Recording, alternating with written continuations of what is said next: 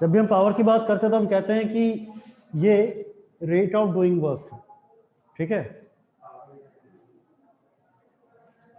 Initially power को छोटे से वर्क के लिए डिफाइन किया गया था, ठीक है, क्योंकि जब भी हमें टोटल वर्क डन निकालना होता है तो हम क्या करते हैं, छोटे से वर्क डन को लेते हैं। फॉर एग्जांपल लेट्स से मैं यहाँ से नरौली तक जा रहा हूँ, लेट्स सपोज। अब ऐसा तो पॉसिबल नहीं है ना कि मैं यहाँ से लेके वहाँ तक का work done,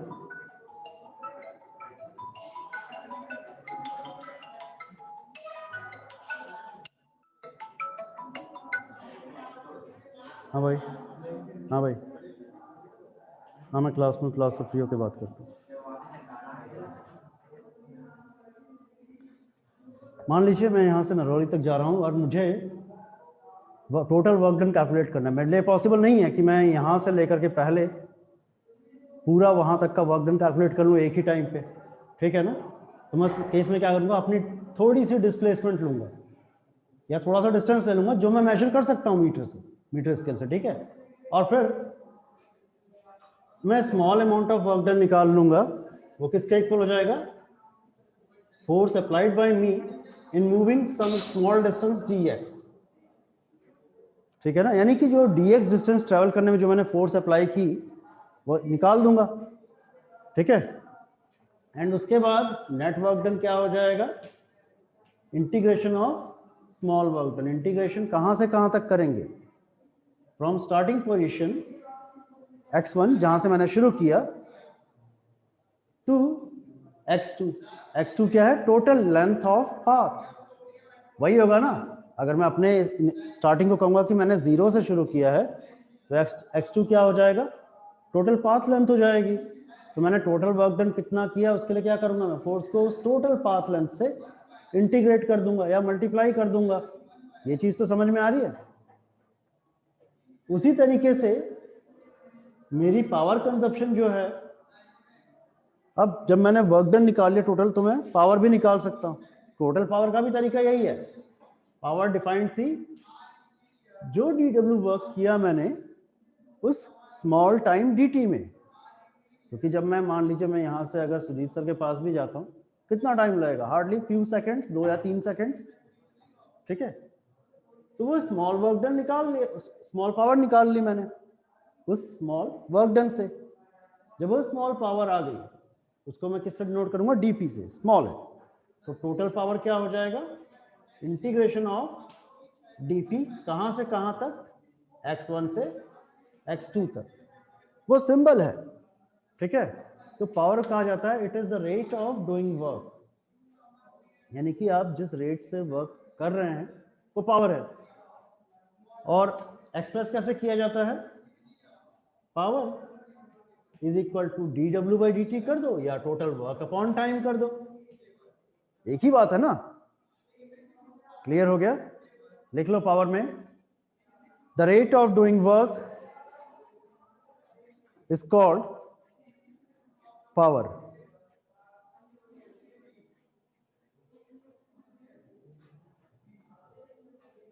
The rate of doing work is called power.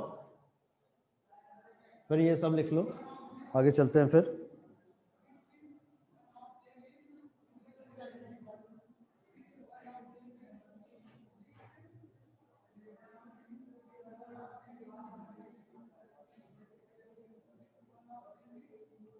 और डाइट चार्ट आप लोगों की क्लास ने बनाया,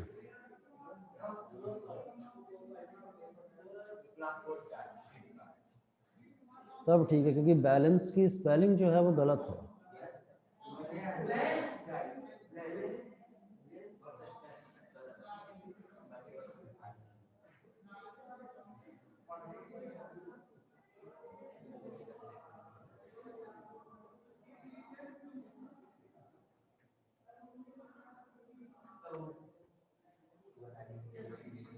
ठीक है,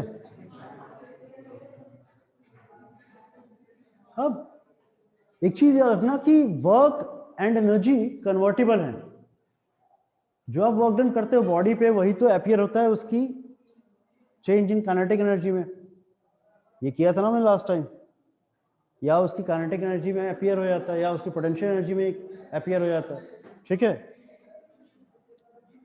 क्योंकि वर्क एनर्जी के बराबर है तो हम पावर को ऐसे भी डिफाइन कर सकते हैं, रेट ऑफ एनर्जी कंजप्शन। ठीक है, यानी कि E/T। वो इसलिए क्योंकि एनर्जी और वर्क इंटर कन्वर्टिबल है। अब अगर हम इसकी यूनिट्स की बात करें, वर्क की या एनर्जी की यूनिट क्या होती है? जाउल। ठीक है, टाइम की यूनिट क्या होती है? सेकंड्स। तो हम कहेंगे कि अगर कोई डिवाइस 1 जॉल वर्क कर रहा है 1 सेकंड में, तो जो उसकी पावर होगी वो 1 वॉट होगी। ठीक है, तो वहां से हम वॉट को डिफाइन कर सकते हैं। हमने कर दिया कि अगर कोई डिवाइस 1 जॉल वर्क कर रहा है 1 सेकंड में, तो उसकी पावर होगी 1 वॉट। जो प्रैक्टिकल यूनिट है वो है किलोवाट। ठीक है, किलोवाट जब भी आप लोगों का बिल आता है घर का, आपने कभी देखा किस में होता है? किलोवाट आवर में होता है। ठीक है, किलोवाट आवर जो है वो एनर्जी की यूनिट है। बताता हूं कैसे। वो आपकी एसआई यूनिट है। किसका? Small power. ठीक है, ये एसआई यूनिट है। जो प्रैक्टिकल यूनिट है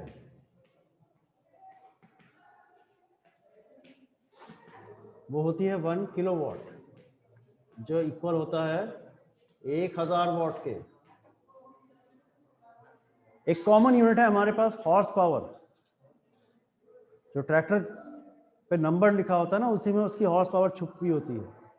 जैसे कई लोग ट्रैक्टर चला रहे थे महिंद्रा का 475 DI,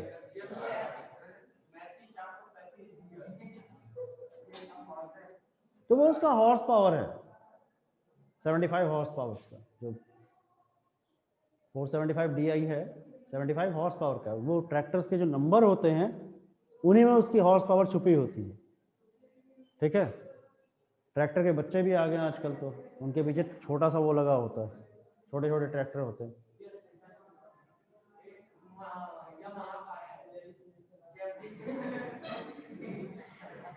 तो छोटे वाले होते हैं वो 15 horse power 20 horse power, depend करता है उसके ऊपर है। ठीक है,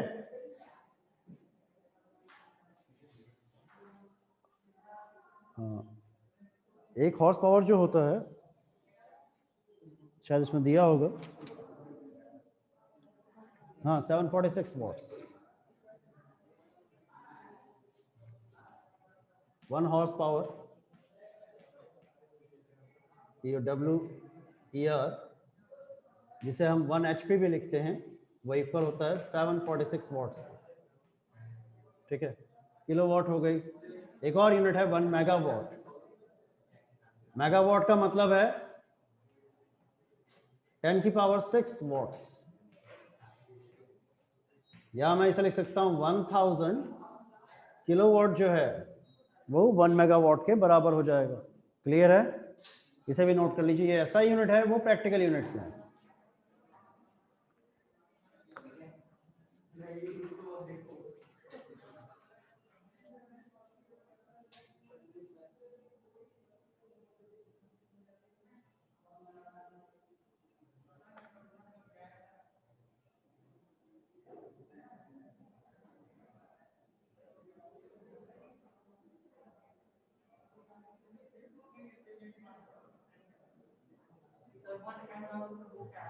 मेगावाट, जितने हमारे वो होते हैं पावर प्लांट, ठीक है, चाहे वो थर्मल पावर प्लांट हो या डैम्स होते हैं, उन पे आप देखोगे उनकी जो पावर लिखी होती है वो मेगावाट में लिखी होती है। ठीक है, डैम्स की या थर्मल पावर प्लांट की जो पावर होती है, या न्यूक्लियर पावर प्लांट होते हैं, उनकी पावर भी मेगावाट में होती है।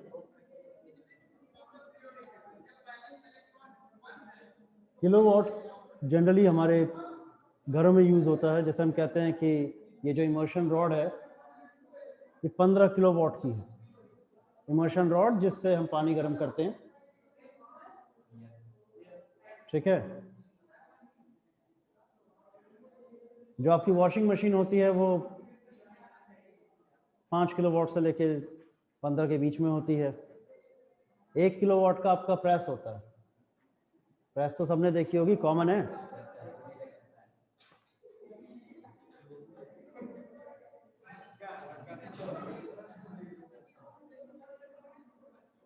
गाड़ियां जो हैं उनकी पावर हमेशा हॉर्स पावर में दी जाती है, ठीक है। एक याद रखना कि कोई भी गाड़ी जो आप चलाते हो उसमें आप एक चीज सुनते होगे कि इसका इंजन इतने सीसी का है। सीसी सुना है सबने?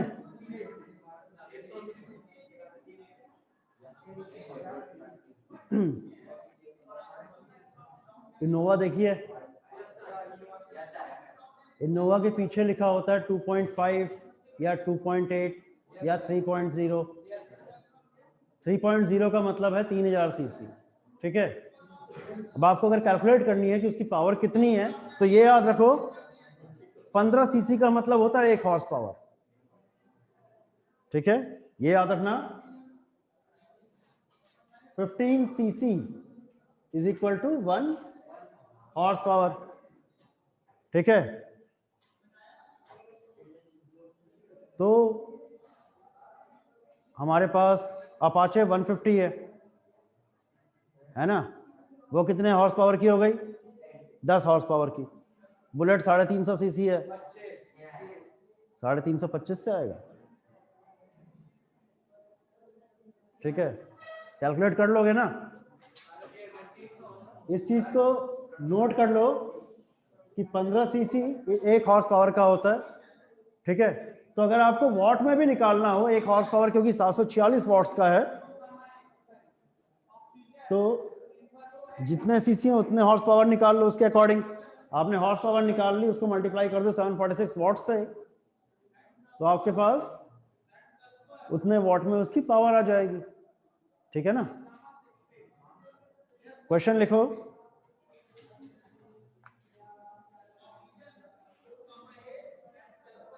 XUV 500, गाड़ी का नाम बोल रहा हूँ, XUV 500 has a engine capacity of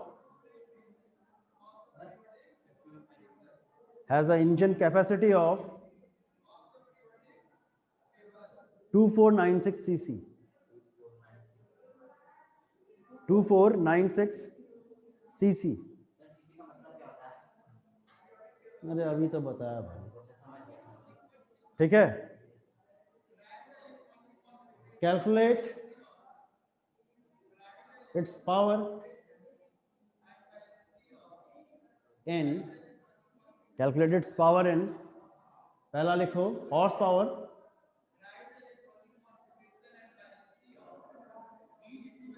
in horse power, दूसरा लिखो किलोवाट्स। करना शुरू कर दो, कर लोगे ना? हाँ, 16654, 1665, अच्छा अच्छा 166.4। देख लेते हैं बाकियों क्या आ रहा है।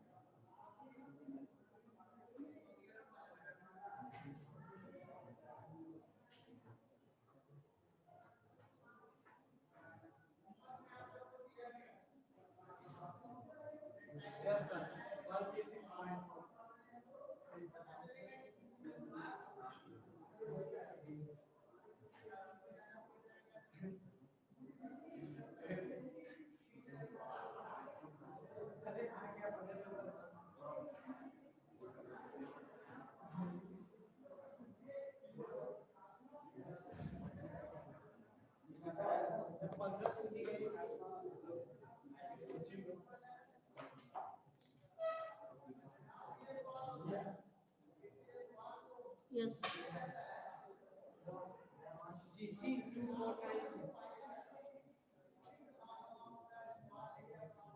सीसी कितना आ रहा है? हॉर्स पावर में बताना और 1 किलोवाट में बताना है। तो किलोवाट में बताने के लिए आपको पहले उसे वॉट्स में कन्वर्ट करना पड़ेगा, फिर 1000 से डिवाइड कर दोगे।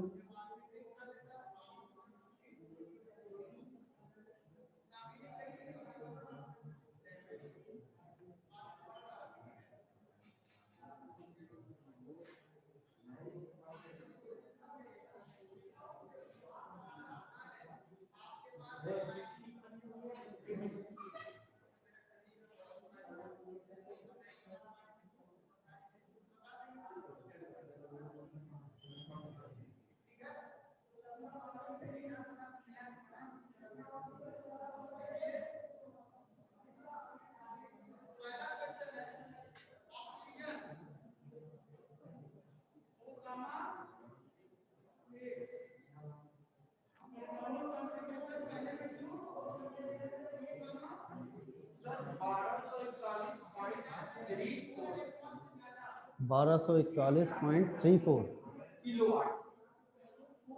किलोवाट। तो आपने उसके हॉर्स पावर को 746 से मल्टीप्लाई कर दिया होगा और फिर 1000 से डिवाइड कर दिया, है ना? हो गया जी? कहाँ पे डाउट आ रहा है?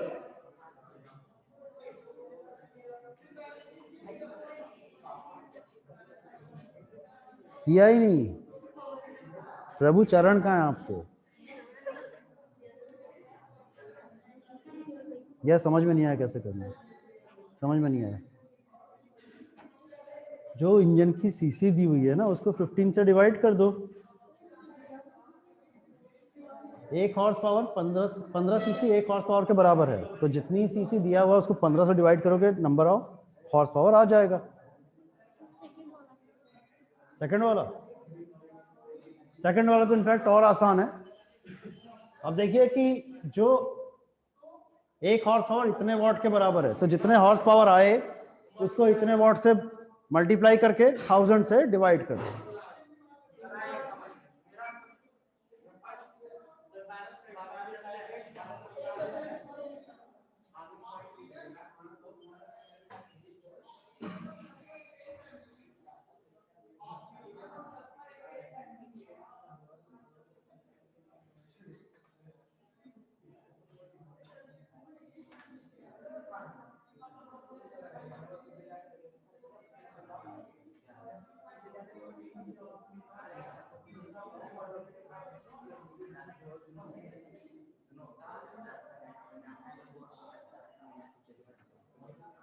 बढ़िया, ये भी क्लियर नहीं हुआ।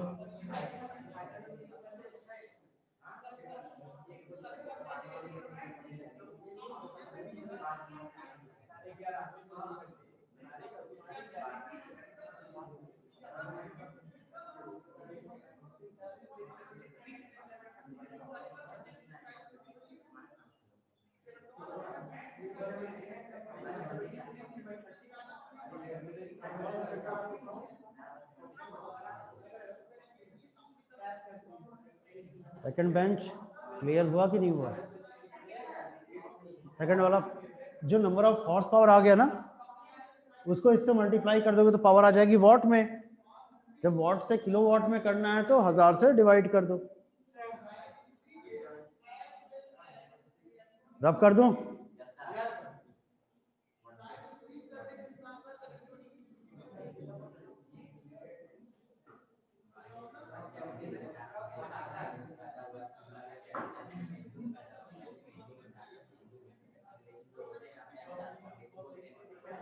चलिए आगे देखते हैं।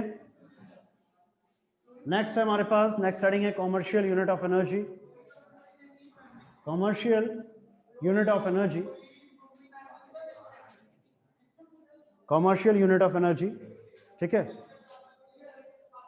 पावर क्या था? एनर्जी अपॉन टाइम था ना। पावर एनर्जी अपॉन टाइम था।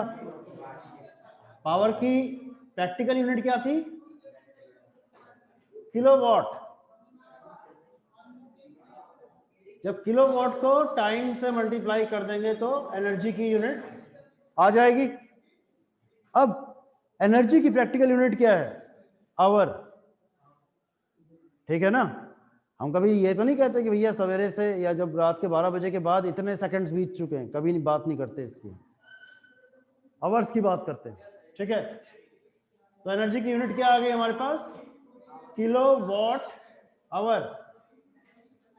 अब अगर हम इसको देखें कि इसमें कितने वॉट होते हैं, ठीक है, या टोटल वैल्यू कितनी होती है, तो 1 किलोवाट में होता है हमारे पास 1000 वॉट, 1000 वॉट्स होते हैं। 1 घंटे में सेकंड्स कितने होते हैं? 3600। तो 3600 को जब इससे मल्टीप्लाई करेंगे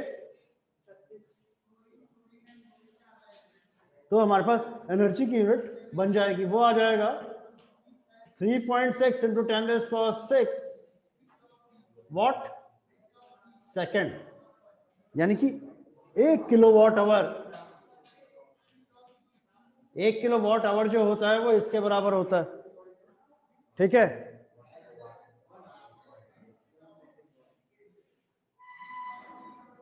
अब इसमें क्वेश्चन कैसे आते हैं वो समझते हैं। हो सकता है ऐसे पूछ ले कि भाई हमारे घर में इतने वॉट का बल्ब है, दिन में इतने घंटे चलता है, तो पूरे महीने में कितनी एनर्जी उसने कंज्यूम की। चीज समझ में आ रही है? मान लो 100 वॉट का बल्ब है, रोज चलता है 6 आवर्स। ठीक है, और महीने भर हम चला रहे हैं 30 डेज, तो ये क्या आ जाएगा? 100 इंटू 6 आवर में कितने होते हैं? 3600 सेकेंड्स इंटू 30। अगर तो उसने पूछा है कि एनर्जी कितनी कंज्यूम की, तो ये आएगा।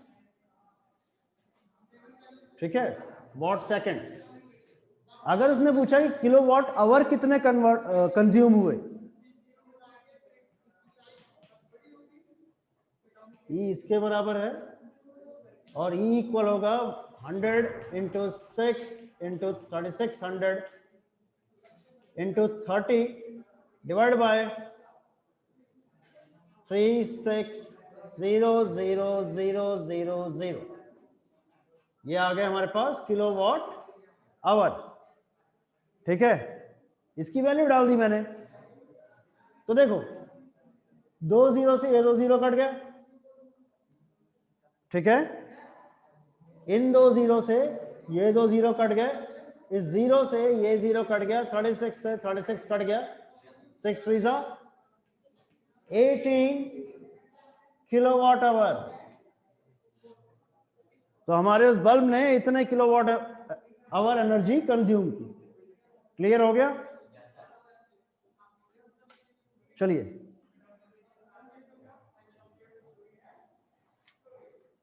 सभी को क्लियर है कॉन्सेप्ट की न्यूमेरिकल्स किस तरीके से आएंगे इस पे?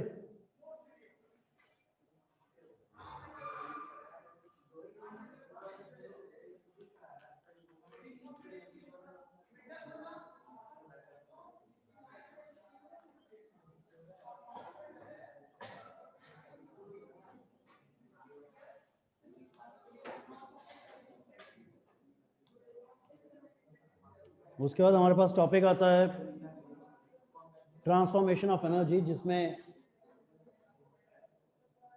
नोट कर रहे हो आप लोग?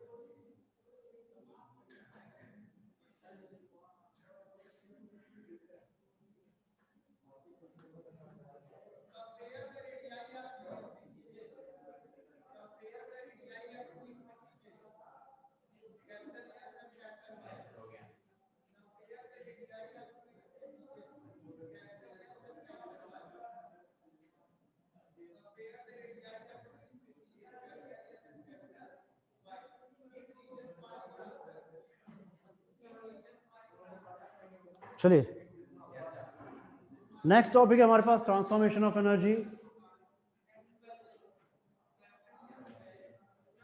थ्योरेटिकल है, बहुत सिंपल सा है, कुछ नहीं है। मान लो हम एक पत्थर को ऊपर फेंक रहे हैं, जब हमने नीचे से फेंका तो उसके पास क्या थी, पोटेंशियल एनर्जी।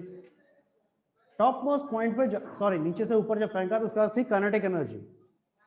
जब वो टॉप मोस्ट पॉइंट पे पहुंच गया, वेलोसिटी जीरो हो गई, तो काइनेटिक एनर्जी क्या हुई, जीरो हो गई। बट हाइट तो अचीव कर ली थी उसने, तो हम कहेंगे कि जो काइनेटिक एनर्जी थी वो ट्रांसफॉर्म हो गई पोटेंशियल एनर्जी में। अगर हम डैम्स की बात करें, ठीक है, तो डैम्स में क्या होता है, वाटर की जो काइनेटिक एनर्जी होती है वो कन्वर्ट हो जाती है इनटू इलेक्ट्रिक एनर्जी, ठीक है। बाइक्स की बात करें अगर, तो बाइक्स में क्या होता है, जो पोटेंशियल एनर्जी होती है पेट्रोल की वो कन्वर्ट हो जाती है काइनेटिक एनर्जी ऑफ बाइक में। क्लियर है सभी को? उसका टॉपिक आता है एनर्जी जनरेट कन्वर्टर्स। कहानी है उसमें भी ऐसी ही, जिसमें एनर्जी को एक फॉर्म से दूसरे फॉर्म में कन्वर्ट करना है, ठीक है जी।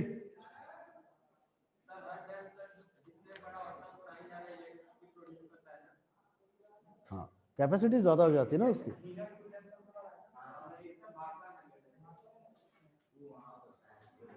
नंगल में, ऊना के पास।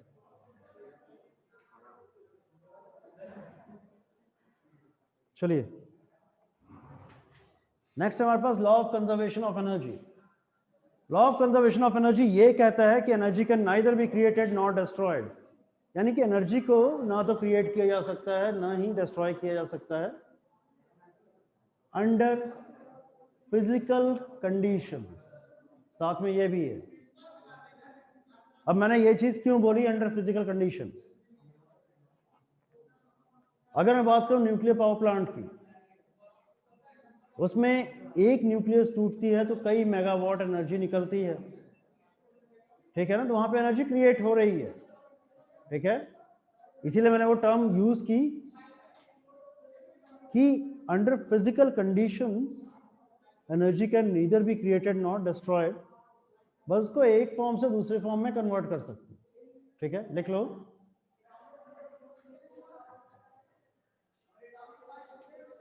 according to this law,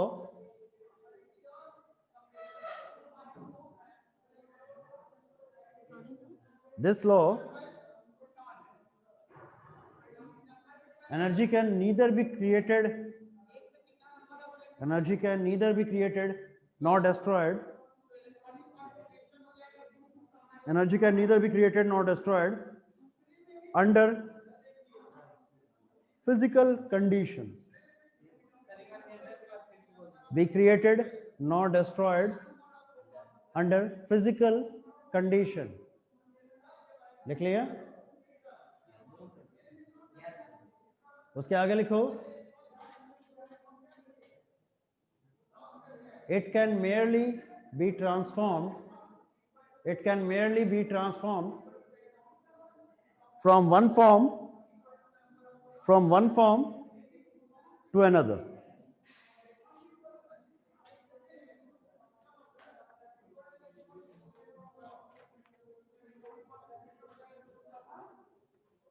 and फिर हमारे पास लास्ट टॉपिक है सिंपल पेंडुलम इस चैप्टर का। पेंडुलम को समझ लो कुछ नहीं होता, जब वो यहाँ पे होता है वहां पे उसकी पोटेंशियल एनर्जी मैक्सिमम होती है, क्योंकि हाइट गेन कर ली होती है, वहां से छोड़ते हैं तो वो पोटेंशियल एनर्जी कन्वर्ट होती है काइनेटिक एनर्जी में बीच में, उसका दोबारा इस साइड जाता है, फिर पोटेंशियल, फिर काइनेटिक, फिर पोटेंशियल, बस यही चीज होती है, यानी कि एनर्जी की ट्रांसफॉर्मेशन हो रही है। सिंपल पेंडुलम टॉपिक में यही है बस। एंड यहाँ पे आपका चैप्टर खत्म होता है।